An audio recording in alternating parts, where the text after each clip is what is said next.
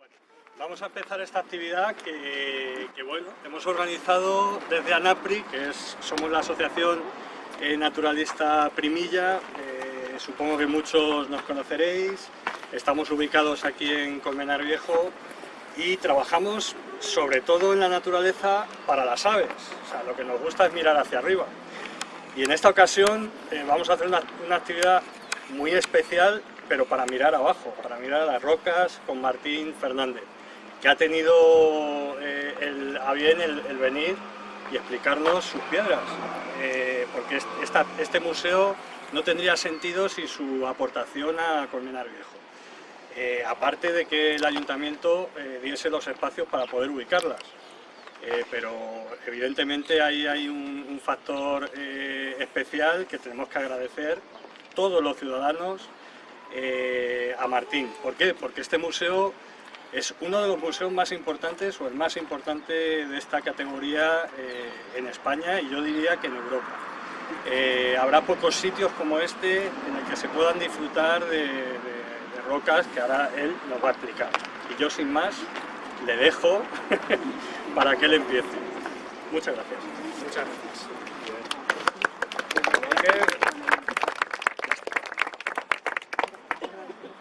En primer lugar, quiero agradecer la presencia de Javier García Guinea, y su señora Blanca Mingo. Aquí está. ¿Vale? Ella es, desde hace 30 años, la autora de la parte de Ciencias de la Tierra de la editorial Vices Vives, que se estudia en todos los institutos. Es el autor.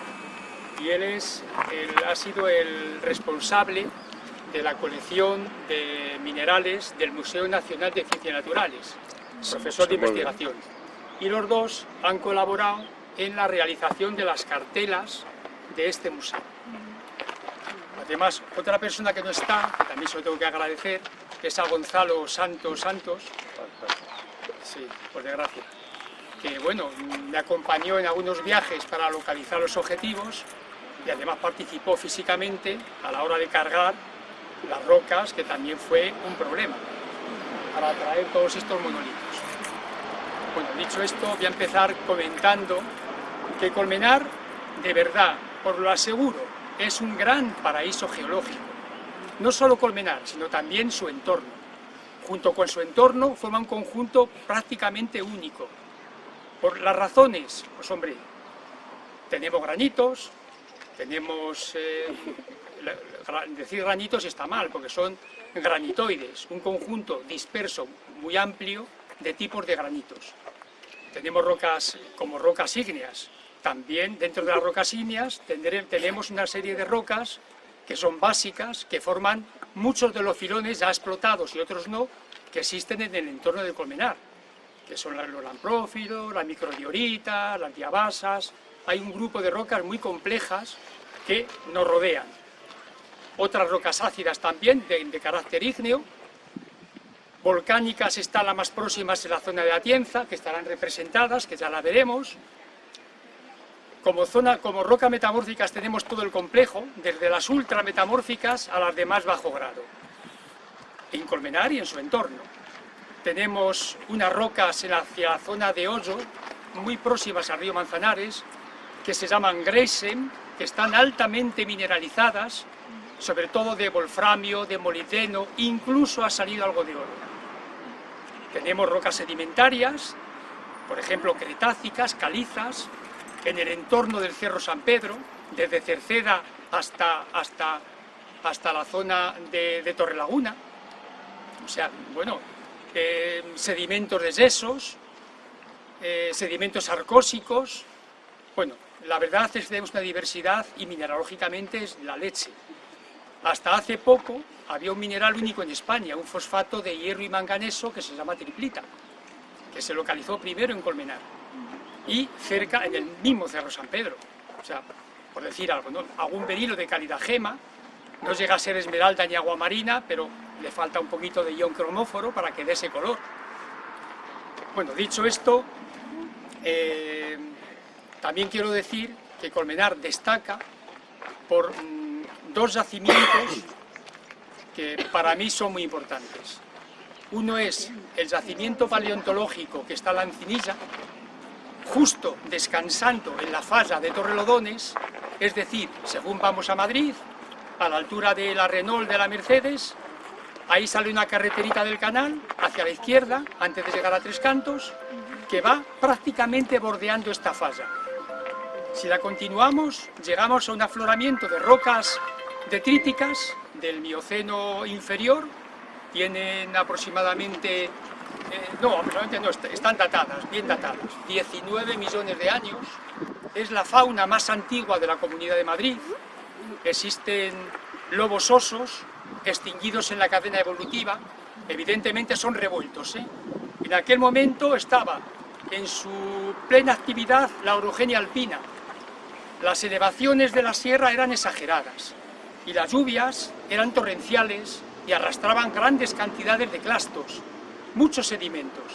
Todo esto se concentró en esa zona de la falla, antes de caer al escarpe de la fosa tectónica del Tajo donde está ubicado Tres Cantos, por lo cual era una trampa natural para almacenar en un pequeño lugar gran cantidad de huesos revueltos, sobre todo molares. Por eso se han podido identificar diferentes especímenes de vertebrados del Mioceno inferior. Estamos hablando de la fauna más antigua de la Comunidad de Madrid. Lobos osos, extinguidos en la cadena evolutiva, no sabemos qué animal sería hoy día, giráfidos, cabras de tamaño de gatos, suidos, los antecesores del jabalí. Bueno, una serie de fauna, todavía está el yacimiento sin excavar. Estamos esperando que desde algún museo exista una plataforma para poderlo hacer junto con el CSIC, que de hecho se han ofrecido, y ahí estamos. Y otro yacimiento muy importante que tenemos en Colmenar es la flora que había en este entorno hace ni más ni menos que 80 o 90 millones de años, en el Cretácico inferior. Esta flora aparece en las calizas que bordean el Cerro San Pedro. Son flora herbácea, arbustiva y arborescente, perfectamente conservada, en lignito. O sea, son plantas que prácticamente su anatomía es exacta a la que era entonces, no está deformada. Claro, eso nos indica que en aquella época que el mar cubría toda esta zona, pues era una zona de litoral, una zona de playa, que tan pronto crecían las plantas, como había una regresión marina, y ocultaba otra vez todo y depositaba esas arcillas ricas en carbonato cálcico, que al final fueron las que hicieron que, junto con las bacterias, pudieran fosilizar esas plantas. Por lo cual, bueno, son dos lugares que son emblemáticos. Saber la flora de hace 80 y tantos millones de años y saber la fauna de hace 20 y tantos millones de años, pues claro, en un lado era subtropical y en la otra pues también. Teníamos un clima subtropical en Colmenar Viejo, en diferentes épocas. El clima va y viene y va cambiando siempre. Es lo natural y no pasa nada. Bueno, ya dicho un poco así eso, vamos a empezar porque si no... Esto que estáis viendo aquí, veis que son unas esferas, podéis comprobar que son de areniscas, que están bandeadas, no es como una capa de cebolla, y es muy curioso porque corresponden a las arenas de un periodo que se llama Albense, del Cretácico. Tienen unos 110 millones de años la arena. Luego la bola se ha ido formando a lo largo del tiempo, porque es muy sencillo, es muy bonito de explicar, por eso voy a hablar un poquito más y lo voy a explicar, porque merece la pena. En el Cretácico hubo, a mediados del Cretácico inferior, Cretácico medio, por decirlo de alguna manera, hubo grandes avalanchas de agua torrencial, también grandes desiertos y grandes ocupaciones, entre otras cosas también marinas. O sea, hubo de todo. Y todo eso hizo que las rocas graníticas, neises y granitos, se fueran meteorizando, erosionando, y esas aguas las fueron transportando, esos sedimentos detríticos, hacia cuencas sedimentarias. Y esas cuencas sedimentarias se llegaron casi a colmatar de esos sedimentos procedentes de las sierras, de las zonas elevadas, y ahí se quedaron esas arenas. Posteriormente, pues hubo una transgresión marina que arrastró grandes cantidades de arcisas que sellaron en algunas zonas puntuales, no en todos los lugares, porque en unas permanecen y en otras han desaparecido. Sellaron estas arenas. En otra época posterior ya el mar se quedó, y se quedó depositado, se quedó rellenando estas grandes cuencas sedimentarias y formaron las calizas, por diferentes motivos, por los organismos marinos, por el CO2 atmosférico, que capta del aire junto con el calcio de los organismos, forman la caliza, y se van formando paquetes de caliza encima de esas arcillas que han quedado entre medias de la arena que estaba por debajo. Con el paso del tiempo, cuando ya el mar se retira, las aguas pluviales van percolando por las fracturas, las fisuras de las rocas calizas, van disolviendo esa caliza, también la orogenia alpina empieza a afectar, la tectónica de placas actúa, los movimientos tectónicos de formación de montañas también se están dando, posterior al Cretácico, y ya esas aguas van poco a poco incidiendo, disolviendo esas calizas, van percolando por la caliza hasta que llega a la capa arcillosa y ahí se queda. Si no hay arcilla, ese agua baja y puede producir una arenisca compacta, pero si hay una capa que está impermeabilizada, pues lo que hace es, una vez que se rompe en algunos puntos determinados, ese agua con el cemento de carbonato cálcico se va filtrando por esas fisuras y va dejando una especie de goteras. Y esa gotera, por la fuerza de adhesión y cohesión del agua, que se va metiendo entre los intersticios de los granos de cuarzo, va cementando y la forma en equilibrio, la forma perfecta de la esfera. No salen bolas cuadradas, ni goteras cuadradas, ni goteras triangulares. Las goteras de un techo son redondas y las vemos en una sección. Si fuera una sección muy gorda y disolviéramos el resto, quedaría una esfera. Entonces estos son como si fueran goteras, en diferentes épocas todavía aún se pueden estar formando. Es algo bastante común. Bueno, dicho esto, aquí estas son de la zona de Segovia, son de una explotación de arenas silíceas para la producción principalmente del vidrio. Así que bueno, vamos a otro objetivo. Bueno, aquí esto está distribuido de una manera muy fácil. Existen 4 puertas. La puerta magmática, donde están todas las rocas de época de origen magmática, de procedencia magmática. Están las plutónicas, las que han enfriado en profundidad, las filonianas, las que se han dado, o hipoabisales, las que se dan dentro de las fracturas de las fallas, y luego están las volcánicas, las que han salido al exterior. Otra puerta, que es la zona de las rocas metamórficas, la zona metamórfica, en donde se encuentran las rocas de procedencia metamórfica, nunca mejor dicho, desde muy alto grado hasta bajo grado. Otra puerta, la puerta de las rocas sedimentarias, que hay 2 secciones, la que se producen por sedimentación química evaporítica, y la otra parte, la otra sección, es la que se ha formado por detritos, posteriormente cementadas, algunas con una procedencia diagenética también. Otra puerta son la roca de objetivos fosilíferos y también algún ejemplo didáctico. Y bueno, y ahora la plaza está un poco, pues más o menos decorada con algunos objetivos puntuales, que no entran prácticamente en el resto, ¿no? Esto que veis aquí es un tronco de una conífera, pertenece al Cretácico, fosilizó hace unos 110 millones de años y corresponden a la misma época que se formó o que se depositó la arena de esas bolas. No las bolas, que las bolas han podido estar formándose a lo largo de muchos millones de años, desde hace 110 que se depositaron la arena hasta hoy día, o sea, es algo frecuente.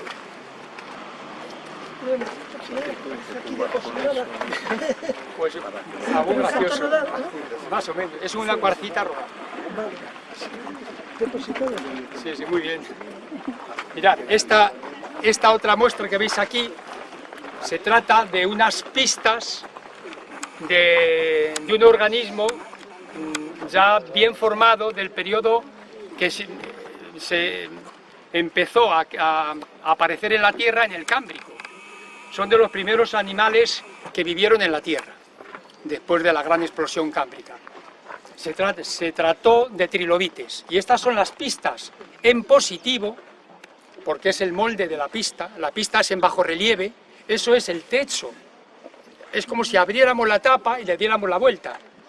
Y eso es una especie de patitas que van arañando en el fondo, van comiendo lo que van encontrando, al final se depositan en una serie de limos o de sedimentos finos y queda esa impronta. Y esta es de Segovia.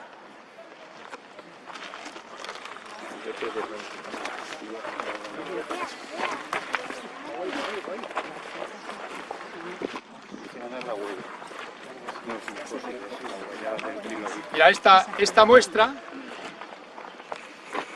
se trata de corales. Son corales que forman arrecifes y podéis observar el detalle tan exquisito que tienen todos los corales. Son ramas rotas, se ve que ha habido turbulencias y el arrecife no ha permanecido in situ, sino ha sido desplazado y acumulado, formando estos conglomerados de trozos de coral. Otra muestra, por ejemplo, es esta. Es muy caprichosa porque se trata de un filón de cuarzo que ha sido tectonizado. Es decir, cuando una roca de caja, cuando una roca se parte, se abre por la tectónica principalmente, por los movimientos de placas, hace que agua que está en profundidad discurra por esa fractura, deposite la sílice que lleva disuelta y se forme un filón de cuarzo. Pero claro, lo normal es que esa fractura ya se queda sellada, es una cicatriz y ahí ya está. Pero a veces no, a veces vuelve a haber otra vez tectónica, temblores, tipo terremotos, que hacen que de nuevo otra vez esa fractura se mueva, y al moverse lo que hace es una superficie sobre la otra se desliza, una fasa, y va triturando poco a poco esos materiales que se habían consolidado dentro de la fractura, acompañada de agua y gran cantidad de hierro. Y ha formado esa especie de brecha in situ en el mismo filón. Es un filón hidrotermal que ha sido removilizado una vez que se había formado anteriormente. O sea, que ha habido por segunda vez una fase en el mismo sitio.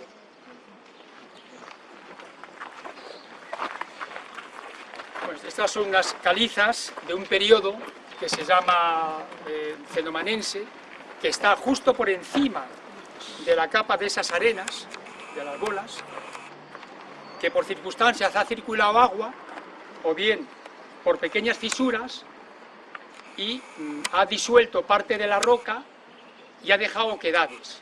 Y parte de ese agua, cargado en carbonato cálcico, ha precipitado dentro de esa cavidad que el agua ha formado. También es de Segovia. O sea, pero justo al otro lado de la sierra. O sea, línea recta está relativamente cerca.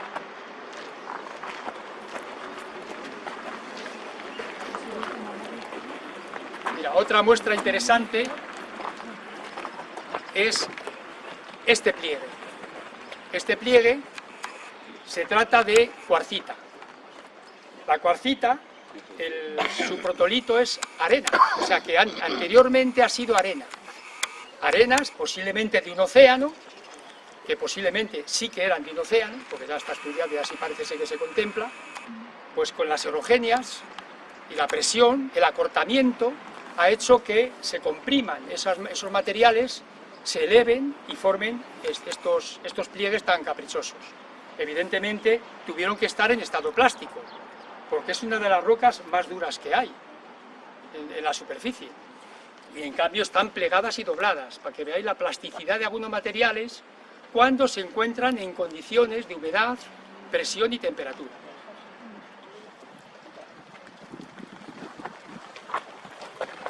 Esta es una roca sedimentaria, lo que pasa que ha sido hidrotermalizada, con gran cantidad de flúor. Y lo que ha hecho ha sido ese flúor quedarse depositado entre las fracturas y entre zonas de esta roca primaria. Y ahí se puede contemplar.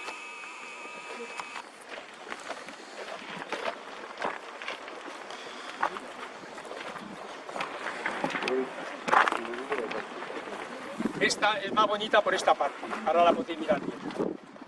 Es una andesita, es una roca volcánica que sería equiparable en las magmáticas a una diorita, es decir, a una especie de granito que no tiene cuarzo. Tiene biotitas, puede tener anfíboles, pero no tiene cuarzo. Y esta andesita es lo equiparable a la diorita sería magmática, no se ha escapado del magma, y esa misma masa magmática, ese mismo fundido, se ha escapado de esa cámara magmática y se ha inyectado y ha salido al exterior. Por eso tiene cristales muy finos con unos fenocristales de horblenda. Lo negro. ¿Eh? Ah, bueno, lo negro. Lo negro.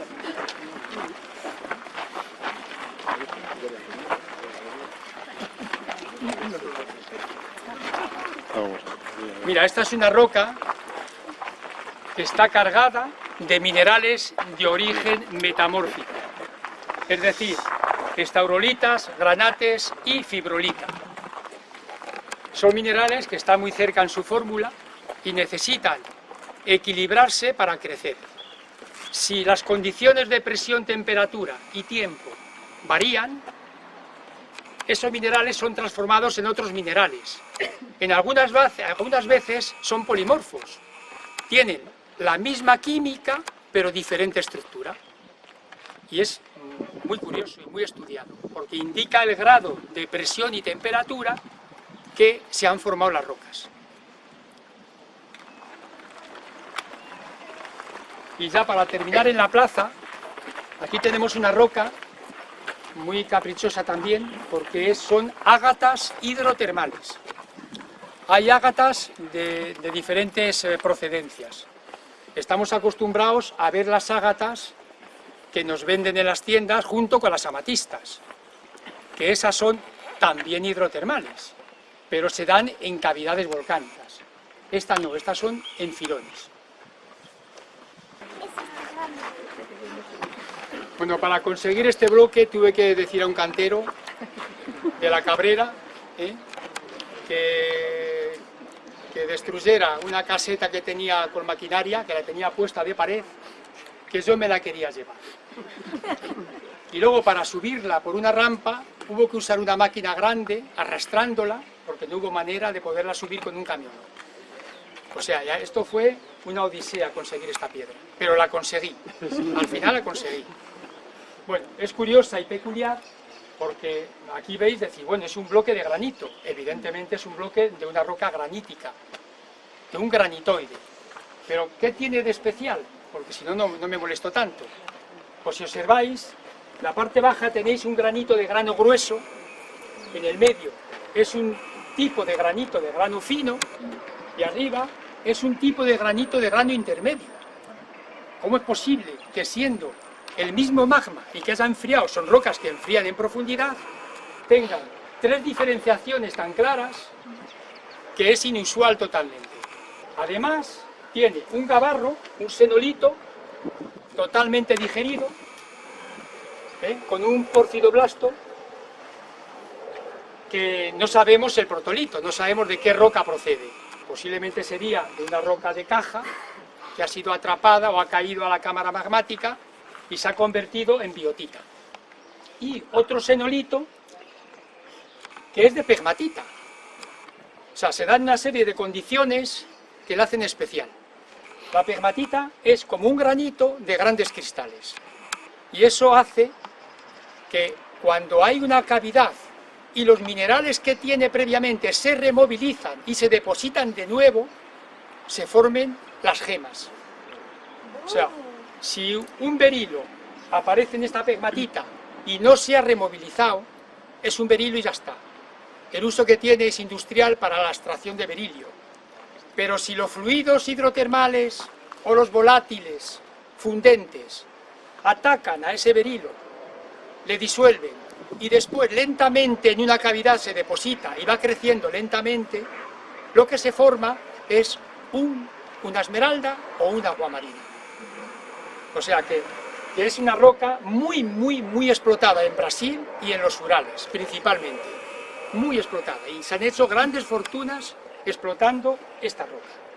Este núcleo que hay aquí chiquitito, por esas características. Y luego tiene una corona de biotita porque no ha sido digerido. Hay muchos minerales ferromagnesianos que resisten a ser digeridos y permanecen en el borde por la alta temperatura que ha alcanzado. También una corona de biotita en torno a un leucogranito, a un granito claro. Estas son melogranitos, granitos oscuros. O sea, claramente no es el mismo magma. ¿Qué ha sido? Pues otra ingesta, pues ha sido una piedra, un núcleo, algo que ha caído, o bien que en su ascenso en fluido ha atrapado alguna parte de la roca de caja donde se ha movido, lo ha englobado y se ha quedado atrapado con estas formas. Pero claro, es que los granitos, que no he empezado a decirlo, son el reciclaje de la corteza terrestre. O sea, el granito es único en la Tierra. En el espacio no se conoce ningún planeta que tenga granito. Si tuviera que seleccionar yo, personalmente, una piedra que representara la Tierra, yo elegiría el granito, porque es único. Es nuestra seña de identidad en la Tierra, el planeta Tierra. Hasta ahora no se conoce que existe en otro lado, porque las condiciones que se han dado en la Tierra no se han dado en otros planetas. Entonces es la espuma de la corteza terrestre. Tiene 2,7 de densidad, cuando las rocas por lo general tienen más de 3, tienen 3,6, 4 de densidad. Son hiperalumínicas. Entonces, claro, están constantemente cambiando. Todos los granitos son de anatexia, todos. Las rocas sedimentarias, con el tiempo, son granito. Los gneisses, las pizarras, las arcillas, con el tiempo son granito. Solo necesitan enterrarse, removerse, fluidos, temperatura, presión, para que se forme el granito. Y luego, claro, los granitos se forman a más de 15 kilómetros de profundidad en la corteza terrestre. Y están aquí. Estamos hablando que un avión vuela a 10.000. O sea, que se forman en la corteza terrestre a 15.000 metros de profundidad. Es decir, ¿qué significa? Pues claro, que el empuje por los movimientos isostáticos, porque las cosas de menos peso tienden a flotar, tienden a subir. Si hay presiones tangenciales por la convergencia de las placas tectónicas, por narices por algún lado tiene que estallar. Hacia abajo no puede porque es muy denso. Hacia arriba está el aire y materiales menos densos, por lo cual tiene que reventar hacia arriba. Entonces se eleva la montaña, se forman las orogenias, los sistemas montañosos y bueno, el resultado es que con el paso del granito fluido no puede ascender, porque las rocas duras le impiden el paso, ascienden hasta cierto lugar. Luego asciende todo el paquete empujando las rocas metamórficas, las eleva, las sube y se forman montañas más altas que el Everest.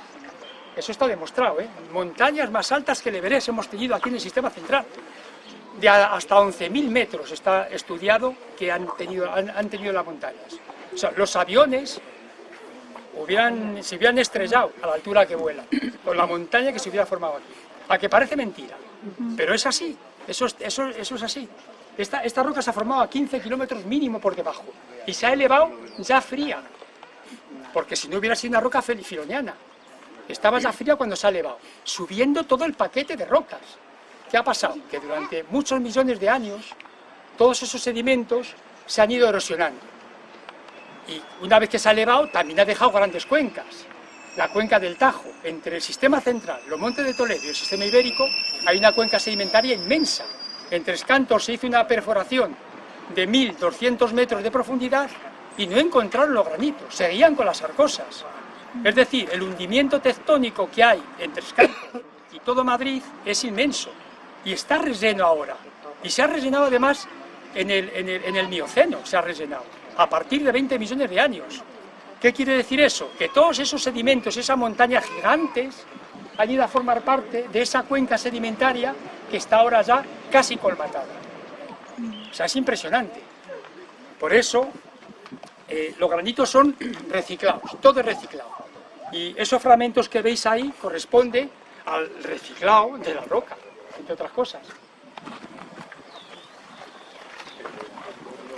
Aquí veis que hay una roca que tiene textura un poquito más gorda que los bordes. Bueno, pues es como un libro, es como si abres un libro. Es una pequeña vena o una pequeña veta de agua con volátiles que ha circulado por el granito, ha removilizado el propio granito y cuando el agua se ha ido ha cristalizado lo que ha quedado y ha formado una pegmatita. Es una pegmatita de unos centímetros nada más, pero ha dado la casualidad que se ha abierto. Por ahí, como tiene más debilidad ese plano, por ahí se ha abierto. ¿Qué nos ha dejado al descubierto? Pues epidotas, calcopiritas, arsenopirita con arsénico. Hay un montón de minerales que se pueden observar dentro de esa pegmatita que vienen de otros lugares, con ese agua.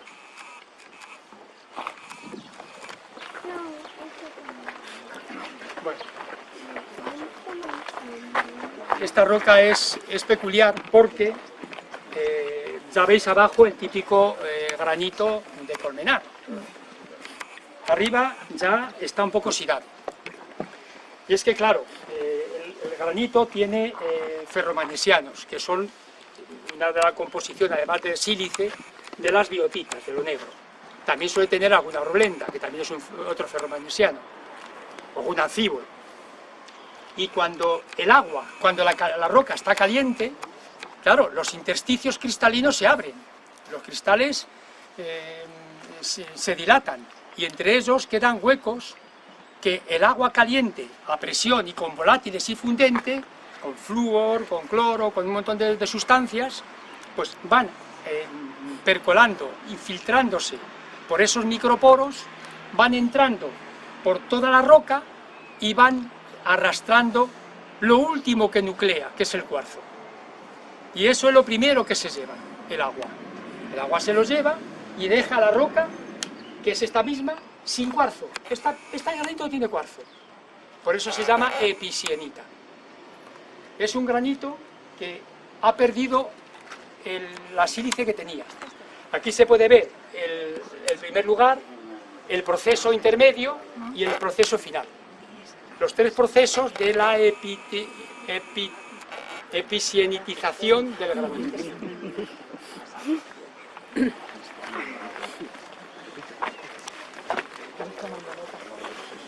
Bueno, en este caso, el hierro, el que sea químico, es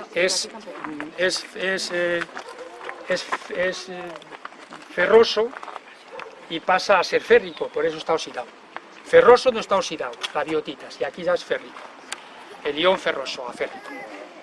Bueno, esto es un granito, lo mismo, pero aquí está cloritizado. En vez de episienitizado, está cloritizado. Es decir, esas biotitas lo que hacen es alterarse y se convierten en otro mineral. En minerales de la arcilla también.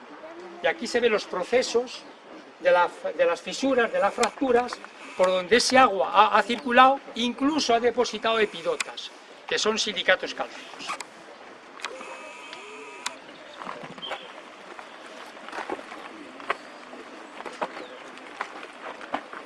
Esta roca es también muy peculiar, porque si veis, en el centro del granito y a los lados hay gneisses.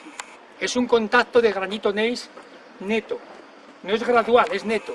O sea, pasa de gneiss a granito en 1 milímetro. Entonces, eso no es normal.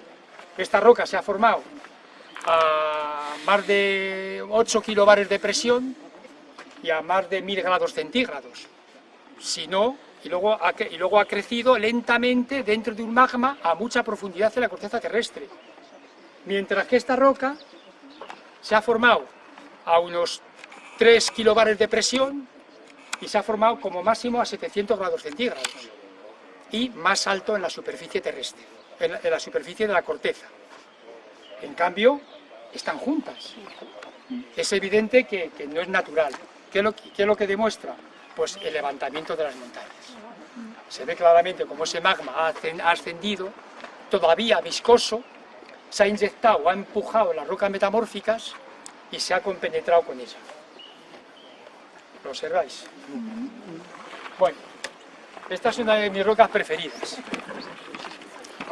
Es una pena no tener todo el paquete, pero bueno, pude conseguir esta y ya me voy con un cantito a los dientes. Es una pegmatita, lo que hemos hablado antes. Es la madre de la mayoría de las piedras preciosas y de los minerales de uso industrial. ¿Por qué son los de uso industrial? Porque los cristales son muy grandes, crecen lentamente en un ambiente muy especial, se desarrollan y se pueden separar físicamente a mano los cristales. Si veis aquí, este es un cuarzo de gran tamaño, todo esto es un cristal de feldespato enorme, veis que son como un mosaico de grandes cristales. Estos son pequeños. En Brasil yo los he visto cristales de este tamaño de 10 metros, de 3 metros, o sea que un feldespato sódico lo separaban en un montón y tenían que entre varias personas llevarle un solo cristal, o un feldespato potásico, o sódico, o una albita para litio, o una spodumena para litio, o niobio tántalo para las tierras raras, o cualquier elemento para la industria, lo extraen normalmente de las pegmatitas. De hecho, aquí en Colmenar tenemos niobio y tántalo, las tierras raras, el coltán famoso tenemos en Colmenar. Yo he encontrado fragmentos de trozos importantes, que ya se verán en la exposición que voy a hacer en Tres Cantos, en febrero, que va a ser apoteósica. Lo digo para animaros. Bueno, pues, ¿qué tiene de peculiar? Pues mira, se han hecho grandes fortunas porque había mucha gente que sí que era geóloga y entendía el mundo de las rocas, y cuando una pegmatita se abandonaba, tenía información el que quería comprarla de qué es lo que habían sacado por los mineros que habían trabajado, qué cantidad, qué trabajo les había dado, tenía toda la información. Y es por lo siguiente, están zonadas, es decir, hay un núcleo central, suele ser de cuarzo, hay una zona interna, hay una zona externa y una reacción de borde. Aquí conservamos la reacción de borde, la zona externa y parte de la zona interna, que tiene más cuarzo. Falta el núcleo, pero al otro lado es exactamente lo mismo, es copiado. Si las espodumenas, los minerales de litio, o los berilos, o las aguamarinas, se dan en una zona determinada y hay tal cantidad y tienen tal calidad, se sabe con precisión que el otro lado tiene lo mismo. Porque el crecimiento va de fuera para adentro y al final lo que se sella es el cuarzo. Y lo que pasa en un lado pasa en el otro. Y los depósitos minerales van acorde a un lado y a otro. Entonces, claro, es una suerte. Hace muchos años, hace 40 años, yo recuerdo que había gente que se compraba avionetas, hacía la leche. Bueno, increíble, porque tenía información privilegiada por los propios mineros. Llegaba el garimpero de turno, se ponía a explotar una pegmatita sin tener conocimientos reales, únicamente la cosa de conseguir las gemas, buscar los calderones que ellos decían. Y llegaban a él, explotaban, sacaban todo lo que podían, llegaban al núcleo, encontraban el cuarzo muy resistente y muy amplio, tenía a lo mejor metros de potencia, se liaban, veían que no había más, y ya terminaban por abandonar, sin darse cuenta de que el otro lado tenía lo mismo. Y el que lo sabía, el que lo ha estudiado, el que lo sabe, pues dijo, pues ya está, pues ahora la compro esta concesión y ya sé lo que me voy a gastar, sé el tiempo que me va a llevar, sé lo que me voy a encontrar, sé todo. O sea que impresionante. Bueno, hay cavidades tapizadas de cristales preciosos que entran las personas dentro. En una de las ocasiones, pues me tuvieron que tirar de la pierna a ver si estaba vivo todavía, porque no quería salir. Impresionante lo que se ve por ahí. En Brasil no se hace.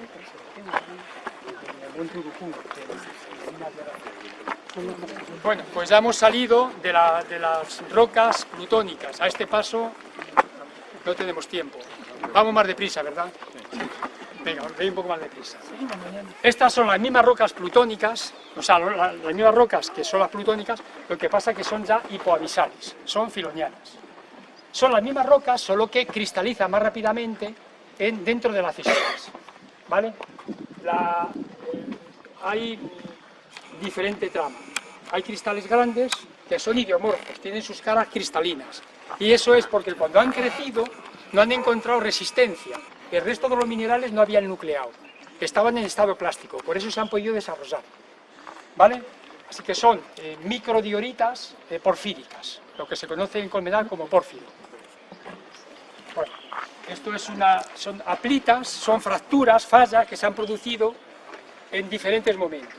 Esto es una falla, un relleno de aplita, otro relleno de aplita, otro relleno de aplita, otro y otro. O sea, estamos hablando 1, 2, 3, 4, 5, 6 etapas diferenciadas de que se abre la tierra, se rellena, se abre, se rellena, se abre, se rellena. Es una falla que ha estado permanentemente abriéndose. Por eso hay tanta diferenciación en el tamaño de grano con la misma masa magmática. Vamos a seguir.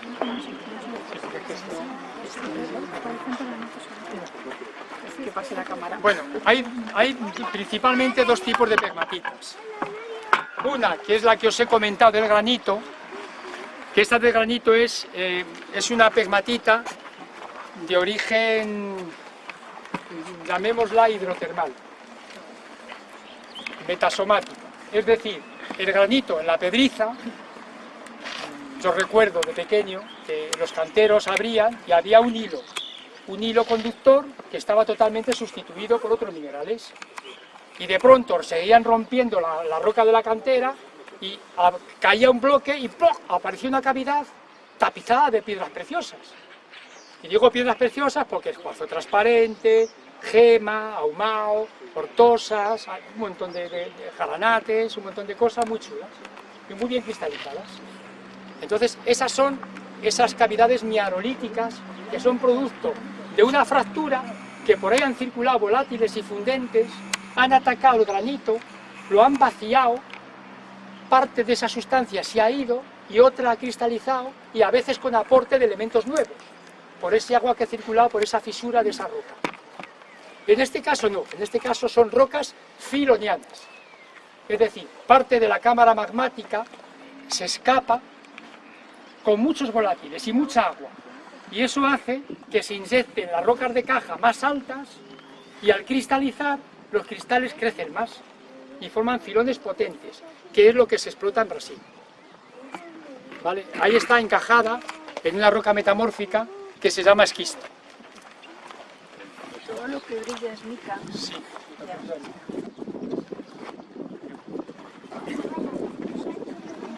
No, bueno, eso que parece el hecho son dendritas de pirolusita, son falsos fósiles. La roca, la rica, sí.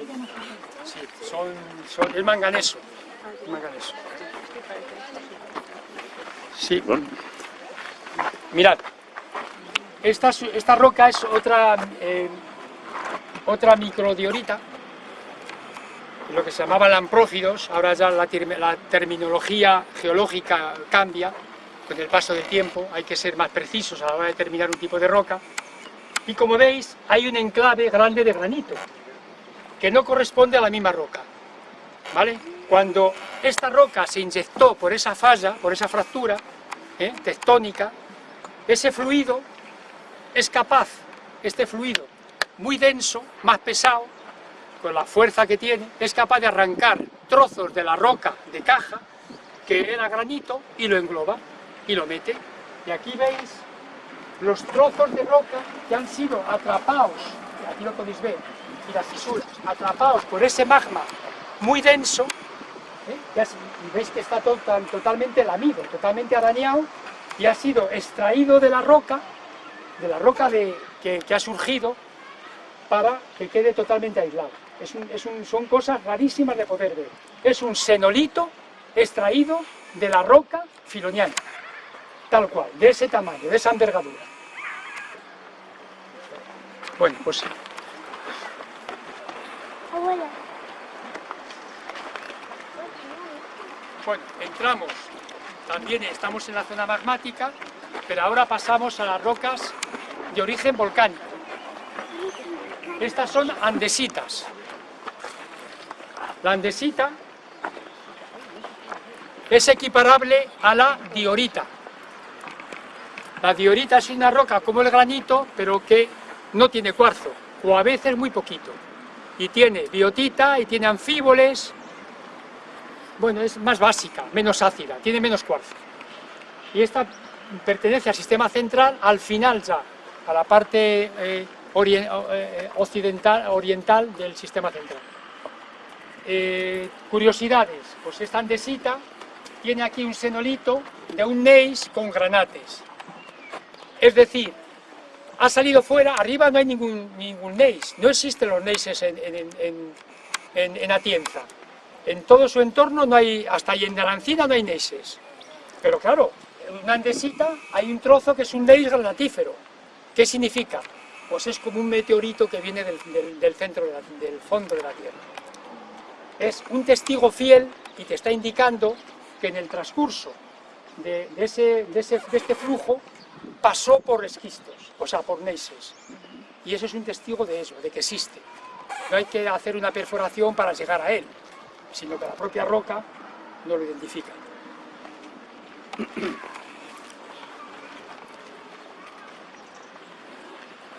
Esta es una andesita cataclástica.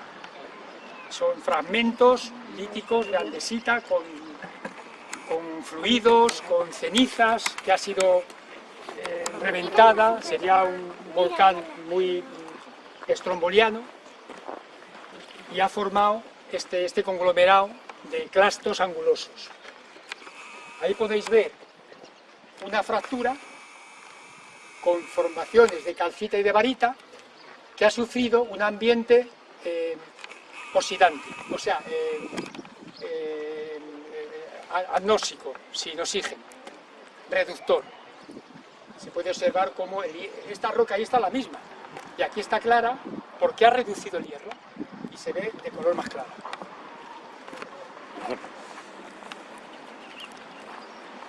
Aquí podéis observar esta, que también es muy curiosa, esta andesita, que tiene clastos, que han contaminado, o bien han podido ser bombas volcánicas que han caído, o que han encontrado, pues, de alguna manera, el magma en el trayecto de la subida, en el ascenso.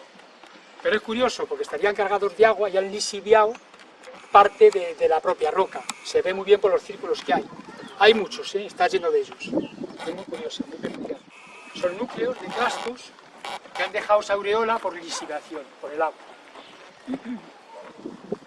Esta es otra andesita, muy rica en cuarzo, aunque sea tan negra, pero que está cortando las propias rocas volcánicas. Es una roca que no es andesita, pero que corta las andesitas. Ahí Javier la estudió en el CSIC y vio que era muy rica en cuarzo, cuando las andesitas no lo son. Pero es como una chimenea del volcán que se quedó sellada. Cuanto más ácida es una roca, más viscosa es. Cuanto más cuarzo tiene una roca, menos se desliza. Cuando hay un volcán y la lava se extiende mucho, es basáltica. Cuando hay un volcán que sale un pitón y no termina de escurrir, es muy ácida, es tipo granítica y termina por explotar. Es la diferencia. Aquí es otra que tiene clastos muy curiosos, muy brechificada, muy rota, muy tectonizada. Y en esta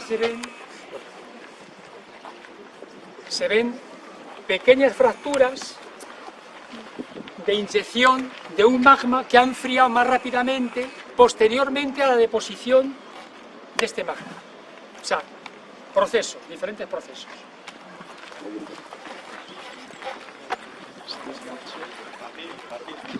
Cuando tú creas que... No, a ver, yo no me canso. Yo creo que todo el mundo está encantado y tú no te cansas, pero Lo hago muy deprisa, vamos a... No hay prisa. Si queréis que sigo... Claro, pero ¿cuál es la prisa? El ayuntamiento no prisa. Que se haga la noche, digo Estoy yo. acostumbrado a...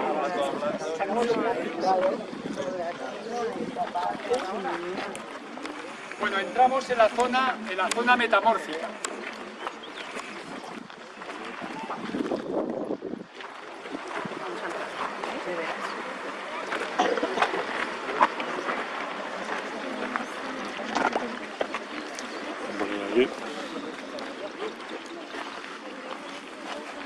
Hemos dejado la zona magmática, ¿vale? Está dividida en tres partes, como hemos dicho. las plutónicas, las hipoabisales y las volcánicas, y ahora entramos en la metamórfica. Que os dije que había desde ultrametamórficas hasta metamórficas de bajo grado. Están reflejadas. Estas son las ultrametamórficas. Y es curioso, corresponde al núcleo del Cerro San Pedro cuando se construyó el AVE. Estuve muy al loro, muy pendiente, había un depósito donde las dejaban, pedí permiso, me dijo, sí, llévatelas. Y yo dije, madre mía, qué joyas. Así que las cargué, son históricas, ya no se pueden conseguir, ya han desaparecido. Y parte han sellado la cantera de Remedios. Que era una pena, porque allí había pájaros, y os cuento, nunca mejor dicho. Y tienen la costumbre, vamos a restaurar.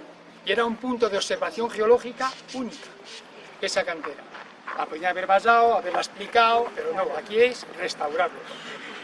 Restaurar es quitar el agua a los pájaros, un microclima que se estaba generando allí con plantas acuáticas, con un montón de historietas, que se pierde todo.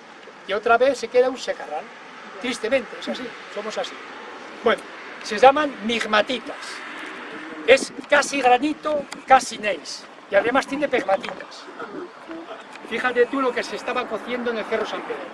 Es decir, ahora mismo el Cerro San Pedro son gneisses. Es una roca metamórfica de alto grado, pero no ultrametamórfica. Pero claro, el granito ha empujado, la tectónica ha empujado. Eso tira para arriba. ¿Qué significa?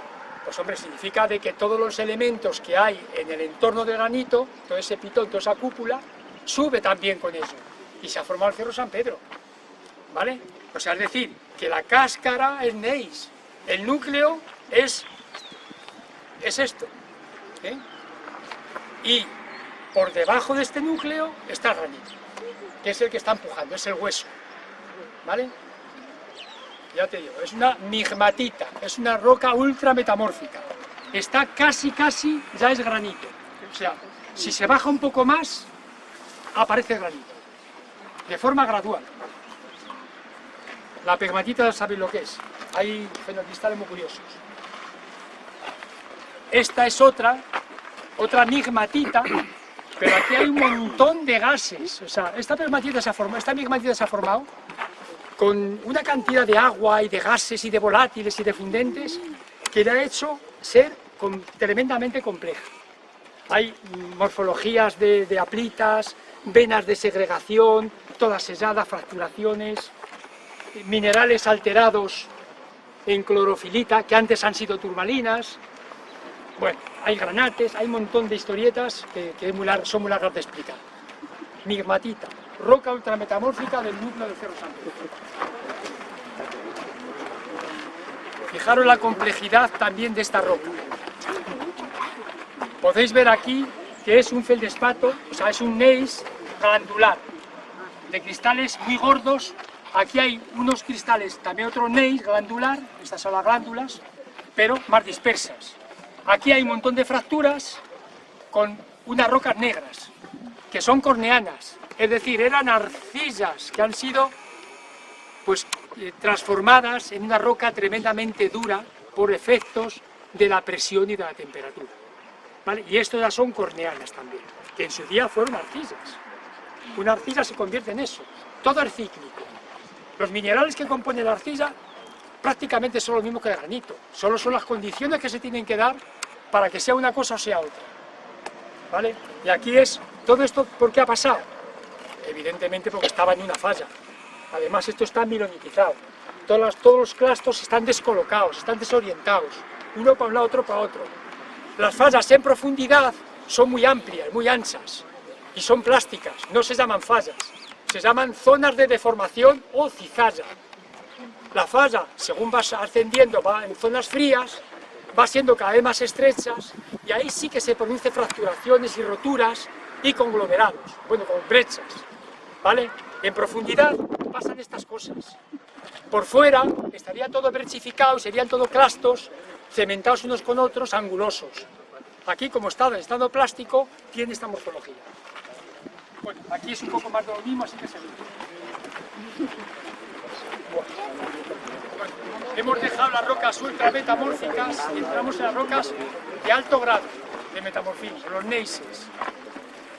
Mirar los neises también cómo se pliegan, cómo la tectónica de placas comprime las rocas preexistentes que no se llegan a fundir nunca, se plastifican y al plastificarse se pliegan y forman estas morfologías. ¿Lo veis? Aquí, en este caso, es un gneiss bandeado. Estamos en rocas de alto grado metamórfico. Aquí el gneiss le veis bandeado. Aquí el gneiss es glandular. Veis las glándulas que son diferentes condiciones. Está claro que en su día estas glándulas que tienen forma perfecta, con sus caras cristalinas, idiomorfas, cristalizaron primero. ¿Vale? No son Martín, esto no es cuarzo, ¿no? No, este es el despato. El esparto. Son microclinas, ortosas, había que analizarlo. Y esta es muy rara, porque son un gneiss glandular y un gneiss listado. Aquí no hay glándulas, y también están juntas. Evidentemente aquí se ha producido, la tectónica los ha unido en estado plástico, y se han fundido, pero proceden de dos lugares diferentes. Pero claro, hay cabalgamientos, hay deslizamientos, hay mantos de corrimiento, hay empujes, hay pliegues, hay de todo, entonces dentro de la Tierra. Siempre hablamos en profundidad. De lo que vemos aquí, todo se ha producido a más de 10 kilómetros de profundidad y ahora está aquí arriba. O sea, es que es así, ¿vale? Bueno, seguimos aquí. Sí, pero... Mira, estamos en la zona sedimentaria. Esta es la zona sedimentaria de precipitación química. Son sales que se han depositado en una laguna o en el mar, dependiendo en cada caso. En este caso, en una gran laguna del Mioceno, estos concretamente son de cogolludo, pero aquí en Torrelaguna los hay buenísimos y de un color caramelo impresionante, de un color ámbar precioso, unos nódulos increíbles. Son yesos, que es una acumulación, cuando el agua arrastra clastos, va dejando, dependiendo de su energía, en diferentes momentos, por granulometría. Primero deja los grandes bloques, luego los cantos, las gravas, las arenas, los limos, las arcisas y las sales, al final. Es el último proceso de deposición del agua de un río. Entonces esto está muy lejos de la fuente primaria y es lo que ha ido decantando todos los materiales que lleva arrastrados y solo deposita aquellos que lleva disueltos, en disolución. Por eso son rocas de sedimentación química y cuando evapora se deposita. En este caso es sulfato cálcico, es decir, yeso, sin más ni menos. De hecho, se ha explotado para alabastro, para hacer figuras y también para la fabricación de yeso. Es muy sencillo, el yeso es sulfato cálcico con 2 moléculas de agua. Si lo metes en un horno y le quitas 1,5 moléculas, le dejas no necesita esa 1,5 moléculas para estar equilibrado. Está loco el yeso por coger esa 1,5 moléculas para equilibrarse, porque está desajustado. Hay turbulencias, entran arcillas en esa laguna, hay formaciones bandeadas. Bueno, esto es un poco largo de explicar. Aquí tiene un poco de arcilla y algo más de hierro, corresponde a otro momento. Esto es un conglomerado de bloques de nódulos de yeso en arcillas calizas, porque son margas. Estos son yesos del Kuiper, es decir, yesos del Triásico. Tienen más de 200 millones de años. Esos son miocenos, tendrán 15 millones de años. Estos, en cambio, te lo digo, tienen más de 200 millones de años. Son yesos rojos, muy bonitos cuando los da el sol. Aquí es donde crecen los aragonitos, aquí es donde crecen los jacintos de Compostela, unos cuarzos biterminal muy bonitos, y de aquí es donde salen las sales del interior. Limón, todas las salinas que hay por aquí por el interior, procede del mar que hubo y corresponde a este tipo de sales. Estas son sales de sulfato cálcico, ¿vale? Las salinas se dan siempre en este tipo de terrenos. Así os hablé, a ese parece Mickey, aquella cabecita. Parecen figuras. Os hablé de las goteras, ¿no? De la infiltración del agua que atraviesa las arcillas y que llega a las arenas. Pues aquí la gotera es más gorda y tiene diferentes morfologías. Y ha habido diferentes etapas. No se hace de una vez. Un año llueve, otro no. Diferentes etapas. Ha ido filtrándose agua hasta que ha ido cementando la arena con carbonato cálcico. A pesar de que la arena es silícea, si le echas una gotita de ácido, da efervescencia. Produce la pérdida de CO2. Se ven las burbujitas de CO2 que salen, en cuanto le eches un poquito de ácido. O sea que el cemento es calcáreo, viene de arriba. Estas son las lutitas. Cuando lo que se deposita es una arcilla, la roca, cuando se compacta o se litifica, esa arcilla se vuelve una lutita. ¿Qué es esto? Son lutitas, pero no vamos a entrar en más detalles. Aquí el grano más grueso, que son unas areniscas ferruginosas, y son la matriz de los árboles fosilizados. Siempre que aparece este tipo de roca, si hay, en esa zona ha habido un árbol en estado de descomposición, se ha sustituido por sílice y se ha formado un fósil. En este caso son areniscas del Albense, del Cretácico. Tienen 110 millones de años. Otra brecha tectónica in situ. Lo mismo que os conté en la plaza. El granito, o sea, el filón se rellenó de sílice, la tectónica volvió a actuar, hubo movimientos dentro de esa misma falla y se trituró y se cementó por el agua y el hierro. Y ha quedado como resultado esta piedra. Bueno, esto es una grauvaca. Está muy interesante porque, mira, sirve para pintarse. ¿Vale? Esta es de Aizón. Si habéis visitado la arquitectura roja, pues por la Sierra de Aizón, es este tipo de piedra, la de la arquitectura roja. Se trata de una glauvaca, que es un conjunto es como un conglomerado de pizarras fracturadas y arrastradas en un ambiente tropical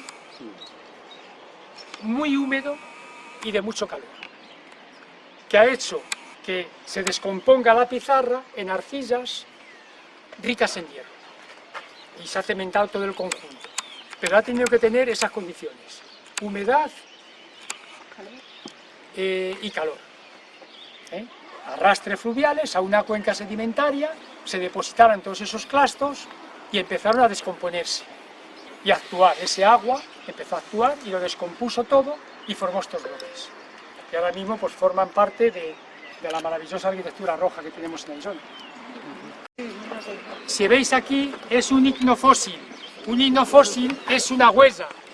Puede ser una pisa de dinosaurio, puede ser cualquier señal de un organismo vivo que se ha quedado en la propia roca como impronta. En este caso es el paso de anélidos, los grandes gusanos, ¿vale? Corresponde al Cretácico también. Había mucho organismo circulando en los fondos marinos. Es un paleosuelo. Este es de Segovia. Estos otros son ignofósiles, pero era una especie de crustáceos tipo gambas, que estaba plagado el fondo de esa zona marina. Aquí veis las formas curvas de la formación de la gamba, una especie de crustáceo muy especial. Estas son las tobas calizas, calcáreas, ¿vale?, que se dan sobre todo en las urgencias de agua, en las fuentes, principalmente. Y es que el agua rica en carbonato cálcico, al discurrir por una ladera, si encuentra vegetales, las bacterias van fijando ese carbonato cálcico sobre el vegetal y va creciendo. Esa acreción.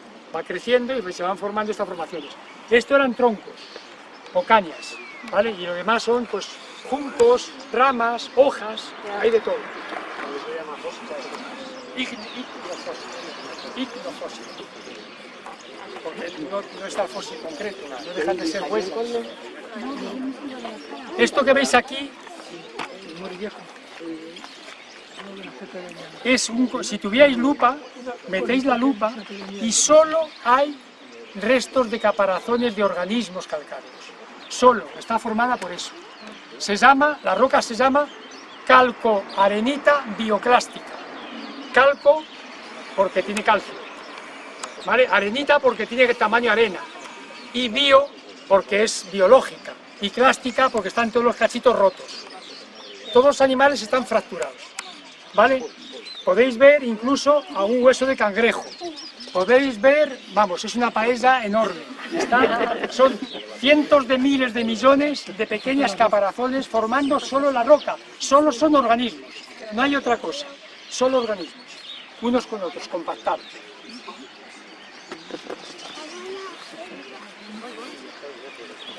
Esto es un tronco fosilizado.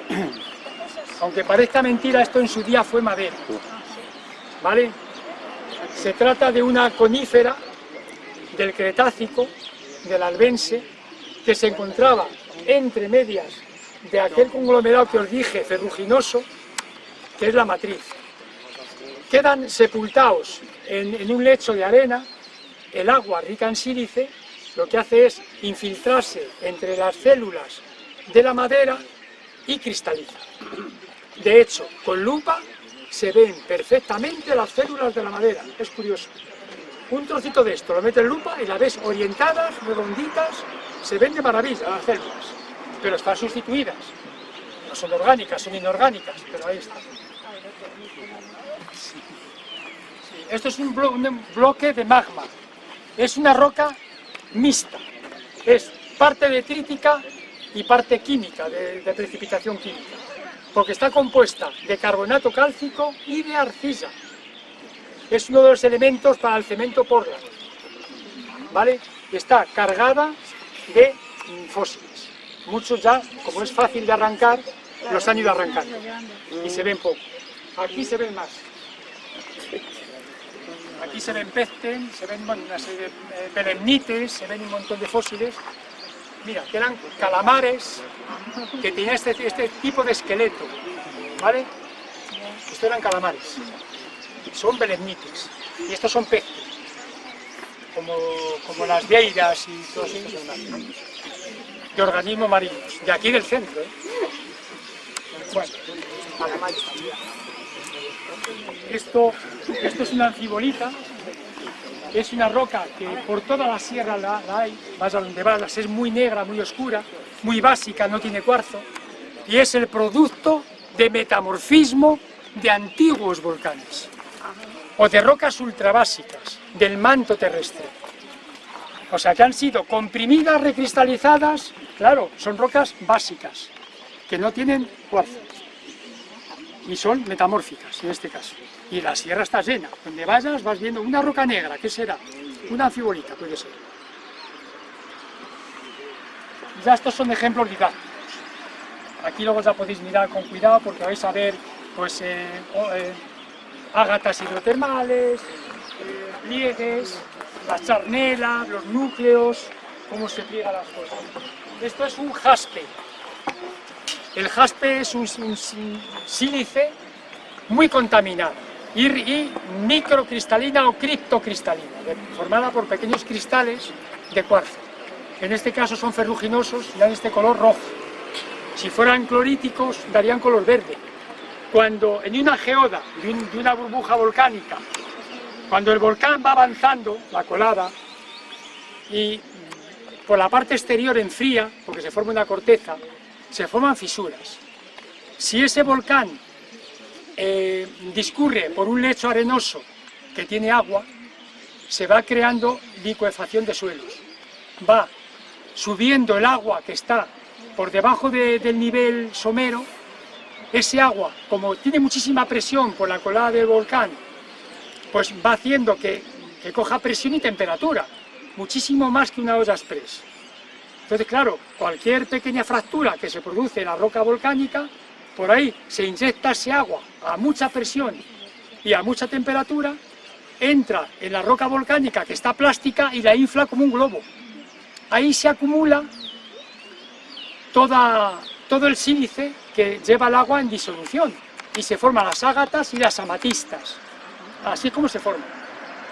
A veces, cuando sigue entrando arcilla ya, porque no hay agua y entra arcilla, entra lodo, lo que se queda debajo de la geoda en el fondo, lo que se deposita, eso es el jaspe. El jaspe se forma por decantación de alguna manera de esos volátiles y ese agua en el fondo de las geodas. En este caso no, en este caso este jaspe es producto del hidrotermalismo que ha reaccionado con las arenas, las ha removido, las ha recristalizado y han vuelto a cristalizar otra vez en forma de jaspe, contaminadas por hierro. Aquí podéis ver una drusa, que es una de cuarzo, que es una pared lisa sin geoda. Podría ser una fractura. En cambio aquí veis una geoda de cuarzo, que es una cavidad. Drusa se llama cuando los cristales crecen en pared, y geoda cuando los cristales crecen dentro de una cavidad, de una burbuja. Aquí tenéis los dos ejemplos, drusa y geoda. Esta geoda es casi de amatista, ahora la veis.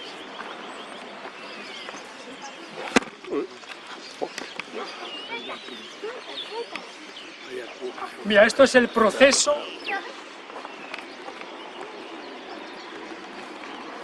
de la formación de brechas tectónicas de un filón de cuarzo. Aquí no está brechificado, empiezan a producirse pequeñas fisuras y al final termina por ser todo molido. Ahí se ve perfectamente.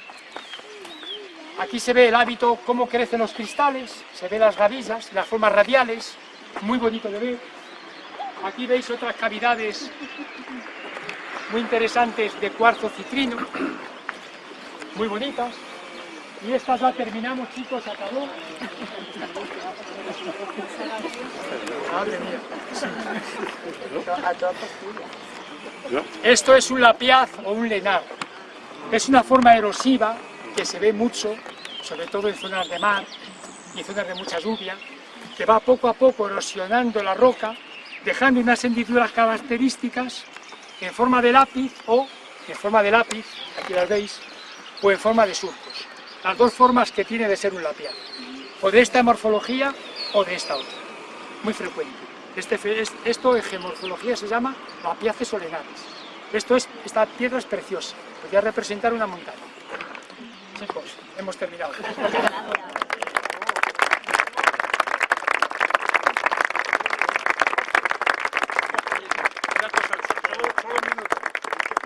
Decir que aparte de la parte científica, que es visible, os lo ha contado, os habéis enterado de lo que habéis podido enteraros, hay que reconocer aquí una cosa. Este señor lleva, no lo sé, entre 30 y 40 años haciéndose miles y miles de kilómetros de pistas y de campo. Se ha dedicado su vida entera a localizar estas piedras, que no es fácil.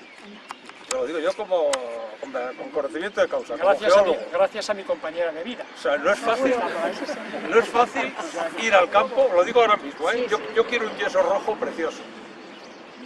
Pues aquí hay uno, pero os desafío a que encontréis uno así de bueno, o aquello. O sea, cada piedra, y eso ahora es difícil localizar, pero es que hay una segunda dificultad. Es que ahora ya os pilla la policía y los verdes y los demás y os empluman. Hace 20 años eran más tolerantes a los robos de piedra. O sea, porque esto es así. Tú te llevas la piedra, puede que sea una piedra, pero puede que los vecinos te maten y te pillen sacándola. O sea, que por eso digo que el mérito que tiene es increíble. O sea, yo creo que esto no se puede, hoy día esto no se puede reproducir. Salvo que sea con muchísimo Supongo que en su dinero. casa tendrá muchas otras piedrecitas. Bueno, en más su casa pequeñas, tiene ¿no? las otras 8.000 pequeñas. Eso os invito de corazón a que veáis la espectacular diversidad geológica que voy a exponer en Tres Cantos en la Sala Baluarte de 400 metros cuadrados. Se inaugurará para febrero y va a ser única en su género, sin lugar a dudas. Lo que estoy preparando es abrumador. Nadie se puede imaginar la diversidad. Vais a aprender geología a gente que vaya, pero de una manera increíblemente bonita, con los mejores ejemplos que existen. Vamos a estar atentos, y como hay un grupo de correos que solo se va a mantener para esto, cuando llegue la fecha, que vamos a estar muy pendientes, haremos difusión de esa otra exposición para poder ver otra vez a Martín con sus piedras, queridas piedras. Bueno, pues en definitiva, gracias por haber venido. Yo creo que todos hemos aprendido. Es complicado porque es muy denso, pero yo creo que hemos puesto un granito de arena, o un trocito pequeño de piedra, para empezar a querer este otro tipo de geología, que la tenemos un poquito olvidada. Probablemente hemos pasado por aquí muchas veces y no nos hemos parado ni siquiera a leer los carteles. Pues ahora es un buen momento para iniciar ese camino y empezar a venir de vez en cuando y ver y mirar en internet, que hay muchas cosas. O sea que, en principio, el tema del libro, Pepe, ven aquí. No, que es interesante. Sí, pero deprisa. Este libro yo no sé si se puede conseguir, Martín, ahora Lo venden del ayuntamiento. bueno, pues yo lo conseguí muy interesante porque viene piedra a piedra, fotografiado, no con las explicaciones que ha dado Martín, que son mucho más interesantes, pero te explica mucho. Entonces es un libro que es muy interesante, al que le guste y le haya picado la curiosidad con esta visita que hemos tenido, gracias a Martín, pues que sepáis que existe. Pues si alguien... Os digo otra cosa que es importante. En breve se va a realizar la obra de restauración de la plaza central, que esta parte que está muy erosionada, ¿no? Y ahí ya tengo preparada 70 tipos de tierras diferentes, bien clasificados, que van a ser expuestos con su cartela correspondiente. 70 tipos de tierras. Las he organizado, las he buscado por toda España, ¿vale? O sea que, primero por su génesis, de dónde procede. También por su granulometría, por su mineralogía, por su química y por su estado. Y por el lugar donde se han formado. O sea, hay un montón de características que en base a todo eso las he clasificado a mi manera y van a ser expuestas aquí posiblemente en breve. Me dijeron al ayuntamiento que lo hiciera hace 2 años, lo hice y no me han llamado. Estoy esperando que lo llamen, pero yo creo que ya me llamarán, ya han pasado 2 años. Bueno, si no, habrá que hacer presión para que te No hay nadie de la ayuntamiento. Diciendo la importancia didáctica que tiene este jardín de piedras. Y además, no solo para los que vivís en Colmenar, sino para toda la gente que viene a visitarnos. Creo que es importante que todo el mundo, cuanta más gente mejor, sepa que existe este jardín de piedras y que además las autoridades competentes tienen la obligación de mantenerlo en la mejor forma posible. En el vídeo que hicimos de jardines geológicos estuvimos hablando con Martín de los problemas que puede tener este jardín de piedras y me decía que lo más importante es que había cacas de perros, que no estaban cortados los setos, etcétera, etcétera. O sea que a las autoridades competentes hay que darles un toquecito, ahora está fenomenal, hay que darles el toquecito para que sigan manteniendo este jardín de piedras que de verdad es didácticamente muy interesante. Antes de terminar, Son los autores del canal de YouTube Geología en el Campo. Entonces, Geología en el Campo, en YouTube. Y es increíble la calidad de sus vídeos. Bueno, Vuelvo a repetir, la autora de Vices Vives de toda la vida, de los libros de texto. Y profesor de investigación de CSIC, responsable de las colecciones del Museo Nacional de Ciencias Naturales. en el correo electrónico que muchos habéis recibido, quien no lo haya recibido que me avise ahora cuando terminemos, viene un link con un vídeo en el que la protagonista y el protagonista explican, entre otros, Lo hicimos museo. con un vídeo que se llama Jardines Geológicos y de verdad estaba enfocado sobre todo a este jardín geológico. Lo que pasa es que hicimos una introducción explicando qué son y también hablando del que han montado Martín y Javier en el Museo de Ciencias, que también os lo recomiendo porque es muy bonito. Que ahora se llama el Museo Javier García. Es muy Agné. pequeñito, pero está a la entrada Se del llama, museo. pero tengo que reconocer que el 60% de las piedras pone Colmenar Viejo. Y está, No sé por qué será. Y está la castellana.